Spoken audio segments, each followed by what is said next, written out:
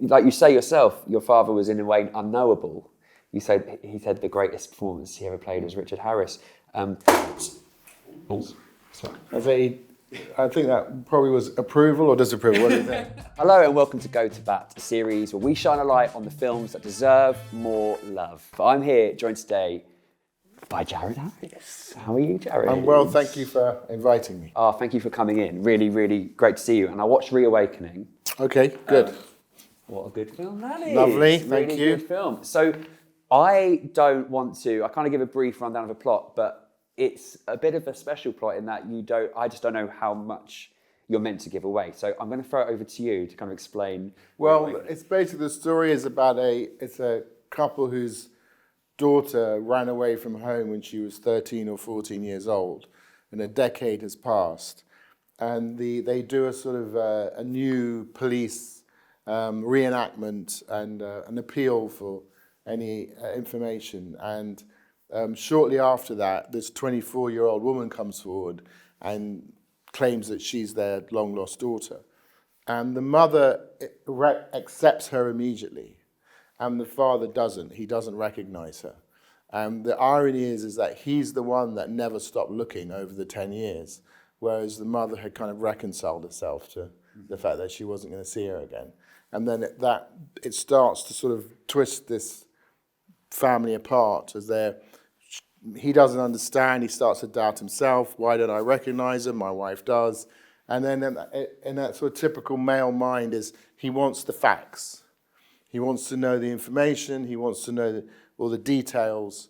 And his wife just doesn't care. She's prepared to accept it the way it is. Yeah. I guess you didn't have much time to kind of get to know Erin off screen. No, I met Juliet for a pint like 3 days before we started shooting.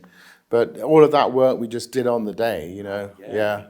Really comes off. Yeah, and I mean, luckily as well, Virginia Gilbert, who's the writer-director, she always made room for, you'd sit and talk about the scene you're about to do, and you'd discuss each other's thoughts about it, you know. And she was open to, if she heard some good idea, she'd pinch it and put it in, you know. And so in that sense, it was a little bit more like a sort of theatrical experience where you're rehearsing a play and you start to pull the material apart before you put it back together, you know. Thoughtless little girl! Hey! What have we got that she could possibly want? Please forgive me.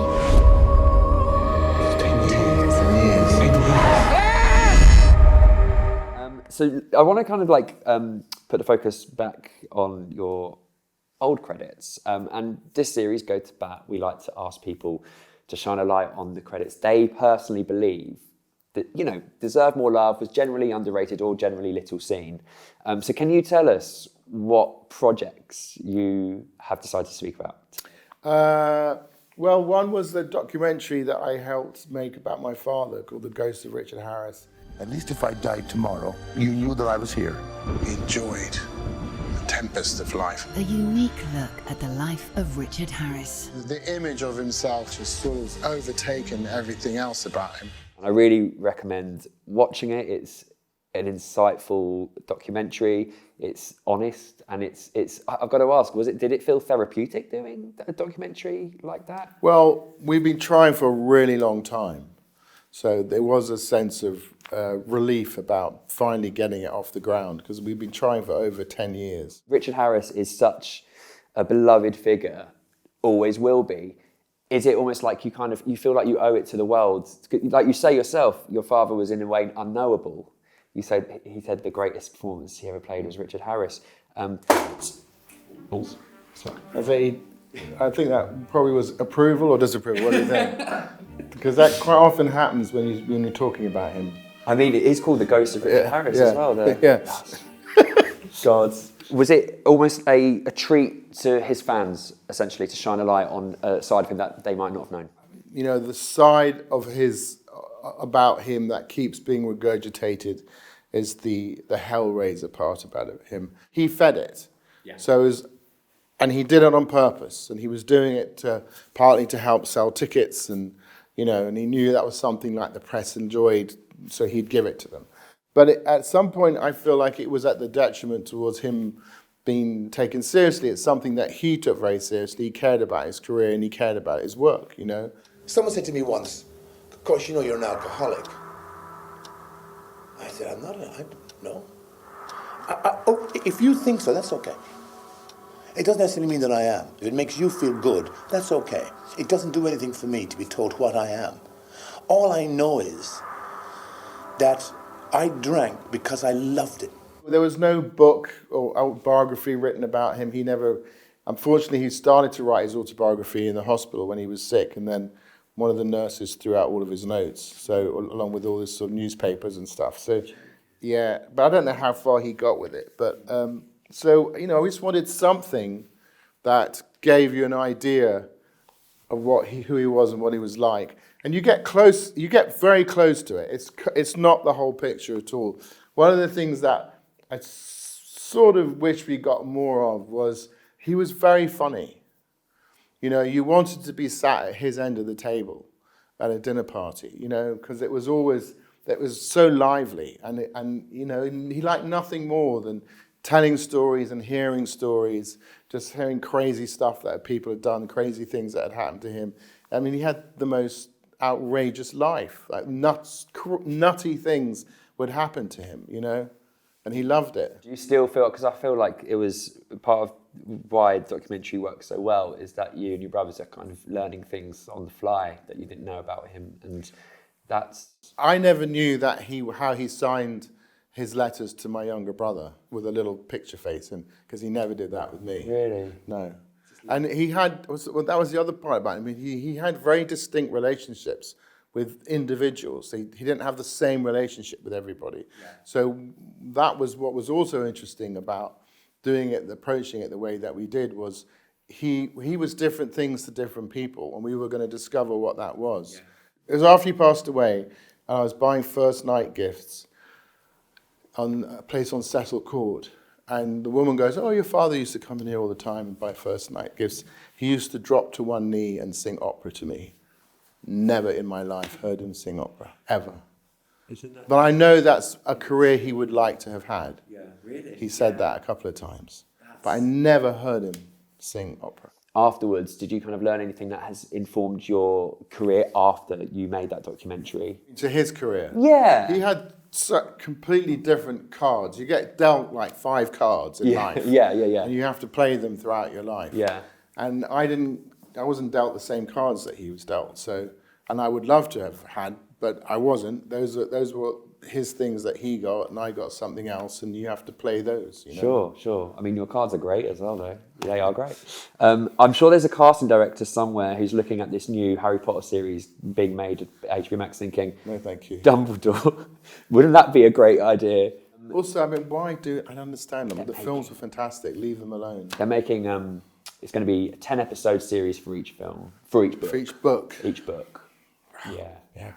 Okay. I mean, that's a lot of storytelling. So you've actually picked another project as well, which I was really glad you picked, because I liked the opportunities of watching this. So can you introduce yourself? The other was this movie that we made for VH1. It was when they were getting into the scripted programming. And it was a movie called The Two of Us. And it's a fictionalized account of a meeting between Paul McCartney and John Lennon after the Beatles had broken up, and Paul makes an impromptu visit to the Dakota building to try and repair his relationship with John. And it's sort of loosely, I mean, most of what the conversations that we had were real conversations that they had that were sort of pulled together by the writer from various sources, but over a much longer period of time. But the event where they're watching Saturday Night Live, and Lorne Michaels offers them $7,000 to come and perform, because at that time I was offered $250 million to come and do a 1-hour concert. Oh my God! So they were a lot of people were trying to get the Beatles back together, and they were watching the two of them together at the Dakota building, watching Saturday Night Live. Lorne Michaels made the proposition, and the two of them went, come on, it's just down the road. Let's go down there for a laugh and just show up. Yeah. Obviously directed by Michael Lindsay Hogg. Michael Lindsay Hogg. He directed the movie Let It Be. He essentially invented the music video. So playing John Lennon. Yeah. That's a pretty fun thing to do. Yeah. Slightly daunting. Yeah, that was. I'd say I was the second best. Okay. Ian Hart was the best. He reminded me of my dad at certain points, you know? Yeah. Just very funny and acerbic. Funny, and I sort of liked to stir things up. You know, he'd like to, he wasn't comfortable when things were sort of too pleasant and calm, you know, like when the fan comes to them in the cafe. Those are the sorts of things that he would do. He would say to them. He liked to put people on edge, knock you off balance. Is it? Do we know if Paul Ringo ever saw Two of Us? Do we know if They Ringo saw ever it. Yeah. I do know actually, because Aidan Quinn, after we finished shooting, he went on a vacation to sort of some exclusive place, and he goes to yoga in the morning, and Stella McCartney's there. And because she's come for a little break, and she recognizes him because he was, you know, obviously a big heartthrob, and so she starts chatting to him, and he mentions, I just did this movie based on your dad, and she goes, oh well, he's here. Do you want to meet him? And then they find out they're actually in the two chalets right next to each other. So he wrote a letter to him, and then nipped by to slip it under the door. And actually, he slips on the door, she opens the door, and she goes, oh, speak of the devil, he's right here. And then, they met each other. And they became mates. I think he pops in and sees them whenever he's in New York. Really? Yeah. He told me this one Christmas, because he's also friends with Elvis Costello. And it was one New Year's Eve or something like this, or Christmas, where Elvis Costello and Paul McCartney came by and they were playing music all night. He said, oh, Jared, I should have called you up. Yes, you should have, Yes, you should have, mate. And one show that I'm pretty sure maybe 4 years ago, if I'd asked you what you wanted to go to bat for, you might have picked The Terror. I do not believe it is an animal we battle. Not a man, not a bear, and what?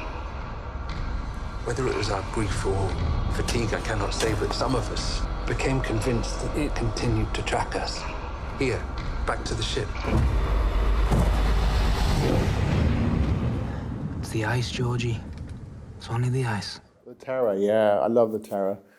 Well, The Terror's sort of suddenly got this new life now on Netflix. But it was, and then become a kind of a cult classic. It's really good. It's one of my favourite things that I've ever been involved in. Yeah. You're great. Everyone is great. It was a great cast.